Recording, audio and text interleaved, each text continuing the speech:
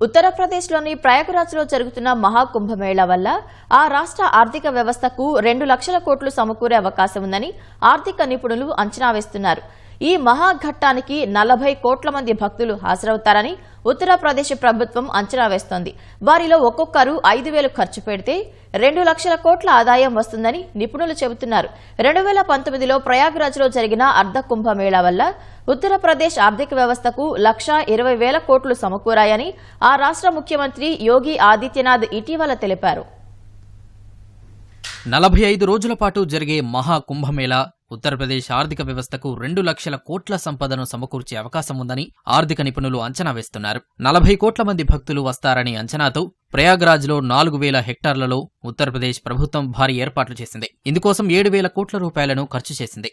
40 కోట్ల మంది భక్తుల్లో ఒక్కొక్కరు 5,000 రూపాయలు ఖర్చు చేస్తే ఉత్తరప్రదేశ్ ఆర్థిక వ్యవస్థకు 2 లక్షల కోట్లు సమకూరే అవకాశం ఉందని నిపుణులు చెబుతున్నారు. ఒక్కో భక్తుడి సగటు ఖర్చు 10,000కు కూడా చేరే అవకాశం ఉందని చెప్పారు. తద్వారా 4 లక్షల కోట్లు ఆదాయం వచ్చే అవకాశం ఉందన్నారు. మహాకుంభమేళా వల్ల ఉత్తరప్రదేశ్ జీఎస్టీపీ 1% పెరిగే అవకాశం ఉందని అంచనా వేశారు. ప్రయాగ్రాజ్లో 2019లో జరిగిన అర్ధ కుంభమేళా ద్వారా యూపీ ఆర్థిక వ్యవస్థకు 1,20,000 కోట్లు సమకూరాయని ఉత్తరప్రదేశ్ ముఖ్యమంత్రి యోగి ఆదిత్యనాథ్ ఇటీవల తెలిపారు.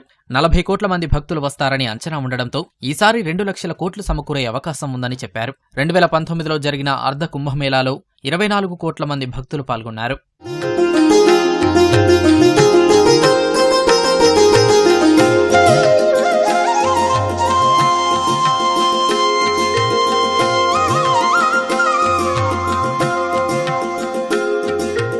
అటు వ్యాపారుల సమాఖ్య confederation of all India traders CAIT కూడా అంచనాలు రూపొందించింది. హోటళ్లు, గెస్ట్ హౌజులు, తాత్కాలిక లాడ్జిల ద్వారా 40,000 కోట్ల వ్యాపారం జరగనుందని అంచనా వేసింది.